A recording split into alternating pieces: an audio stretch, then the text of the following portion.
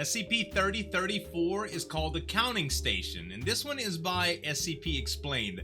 I'm hoping that he does explain what's going on, because from the thumbnail it looks interesting, but I have no idea what this thing is. Guys, make sure to subscribe to SCP Explained in the description. Myself, if you like reaction videos, and let's get into this animation. You're driving down a long highway, lost in an area you don't know too well, trying to find the right turn that'll have you heading back towards your home. GPS, you keep driving, the nighttime quiet all around you.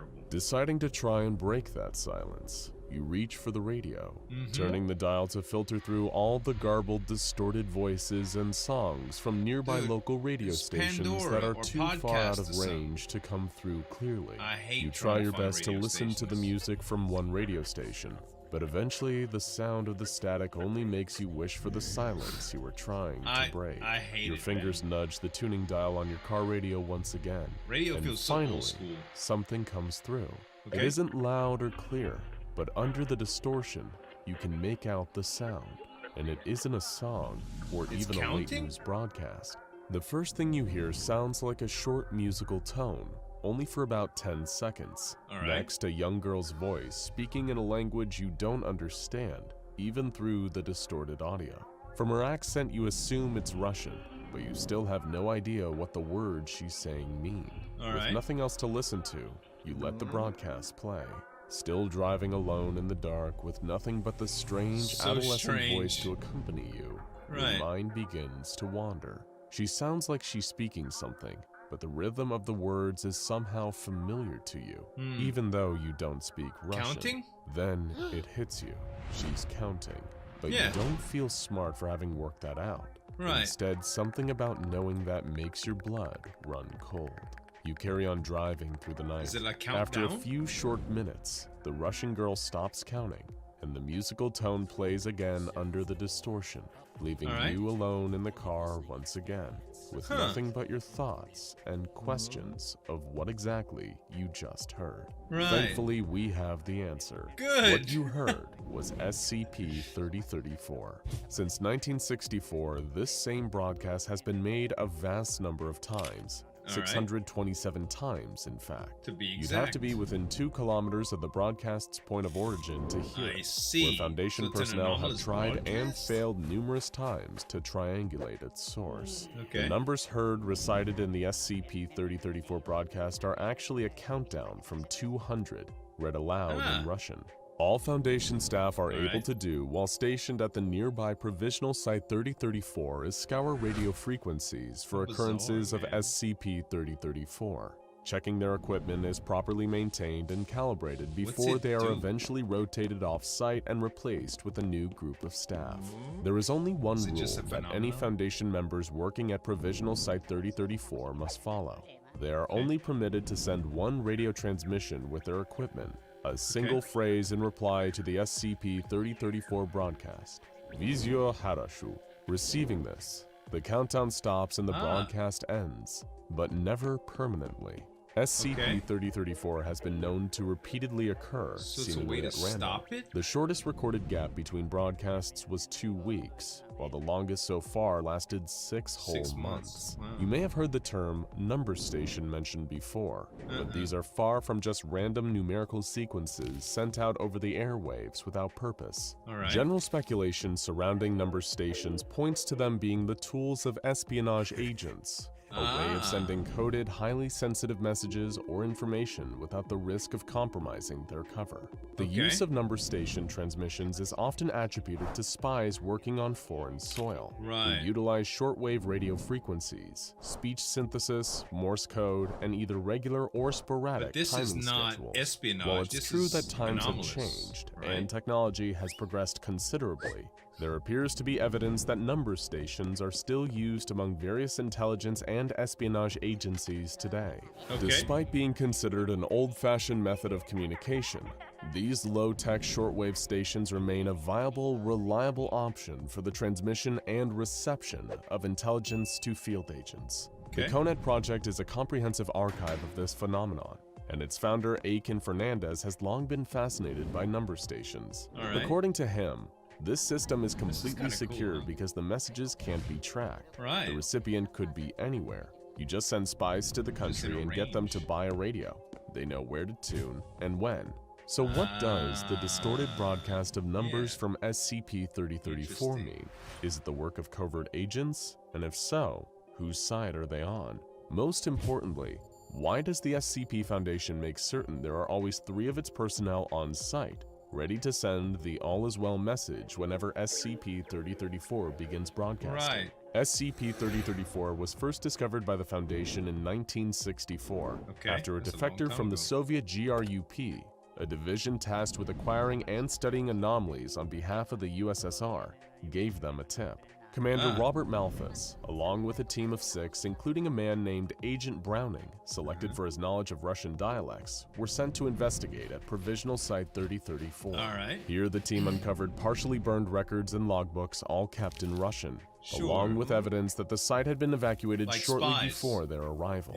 Carved into a desk, also in Russian, were 2 phrases: "Don't let her finish," and "Tell her all is well." On the team's second day at the site, an automated alarm sounded at 7:30 a.m., alerting them to the incoming SCP-3034 broadcast.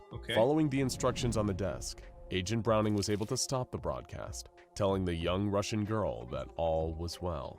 A tape was partially recovered by the team from the site and translated from Russian.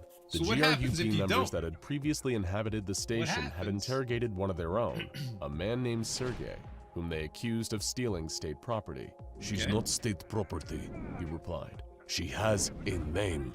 While his GRUP superior accused Sergei of planning to defect to the United States, allegedly in exchange for money and asylum, Sergei denied any collusion with America. He claimed that the GRUP at Provisional Site 3034 were meddling with powers they could not possibly hope to understand. His superior, a man named Vaslov, dismissed this, claiming their work to be no different to the United States experimentation with atomic weapons at the time. "One does not make deals with atom bombs," Sergei argued. "One certainly does not sacrifice little girls to them." Shortly after this, a struggle broke out, with Sergei having to be restrained while urging Vaslov to cease any and all interference with it. The man spoke of terrible nightmares that he'd had, voices screaming in the darkness. "That's what it wants, Vaslov. That's what it is. You cannot make a deal with this thing. We have finally contained it, and now you want to offer it." The tape's audio ends shortly after this point, with no clear answer as to what Sergei was referring to, or what offer these Russian operatives had made to it. Ever since the discovery of SCP-3034, members of the SCP Foundation have worked tirelessly to understand the purpose of these countdowns, as well as determine their origin. By September 2012, Dr. Zueljin was reaching the end of his tether with the investigation into the SCP-3034 broadcast. Over almost half a century, the Foundation had made well over 600 recordings of the Russian girls' countdowns, but still hadn't determined any noteworthy information. They were prohibited from contacting the girl via the same radio frequency, only permitted to use the phrase that stopped her countdowns.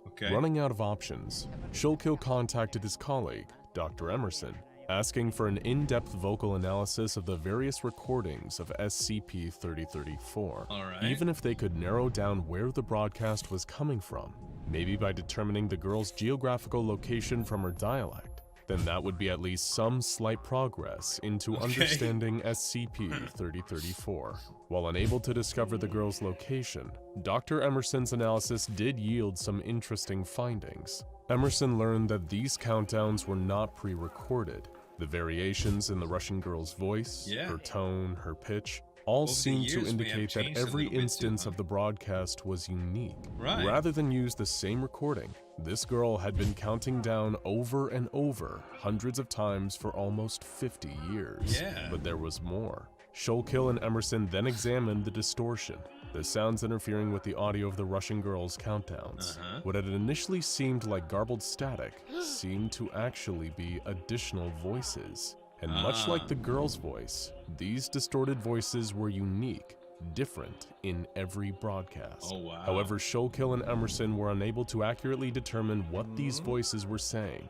Given that the girls' countdowns were always cut short by the use of the phrase, "all is well," the doctors did not have long enough samples of the audio to analyze the other distorted voices. With permission from the Foundation, the next 5 occurrences of the SCP-3034 broadcast were allowed to carry on for longer, giving the 2 doctors enough audio to determine exactly what the distorted voices were.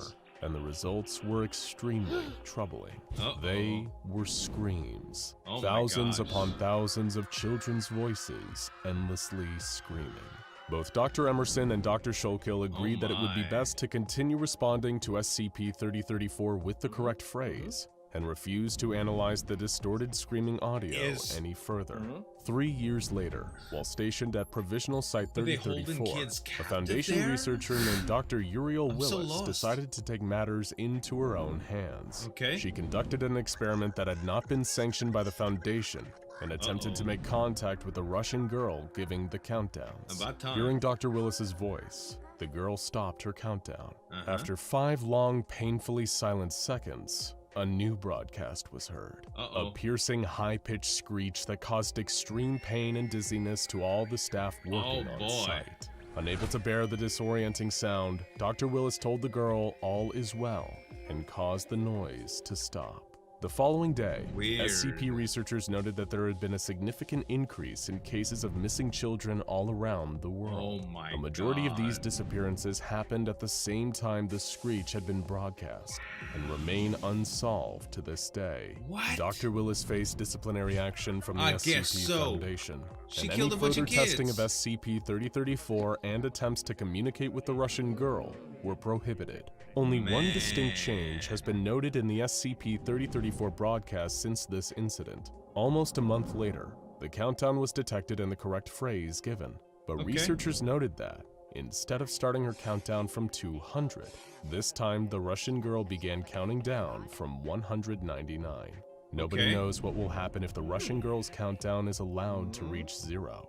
Personnel working at Provisional Site 3034 are told to always offer her the necessary phrase before this point in the countdown. Attempting to interfere with the broadcast by contacting this girl directly not only resulted in intense pain for SCP staff, but also seems to have caused an unconfirmed number of child disappearances around the globe, as well as reducing the countdown starting number from 200 to 199. After a long night on the road, you finally find the right turn, sending you in the right direction. As you drive through the night, you keep telling yourself one thing, one small phrase over and over again. You hope the words will eventually give you comfort, but deep down you start to realize just how hollow they are. That it's just a lie we tell ourselves so we don't have to face the inevitable. But still, what choice do you have but to keep telling yourself that all is well? Now check. God dang it, man. That was a really, really cool SCP. So many questions and mysteries, guys. Let me know in the comments what y'all think, guys. Thanks so much for watching. Make sure to check out SCP Explained in the description. Subscribe to me if you like reaction videos, and check these videos out if you want to see more. Thanks so much for watching. As always, this is Zueljin signing off. We'll see you next time.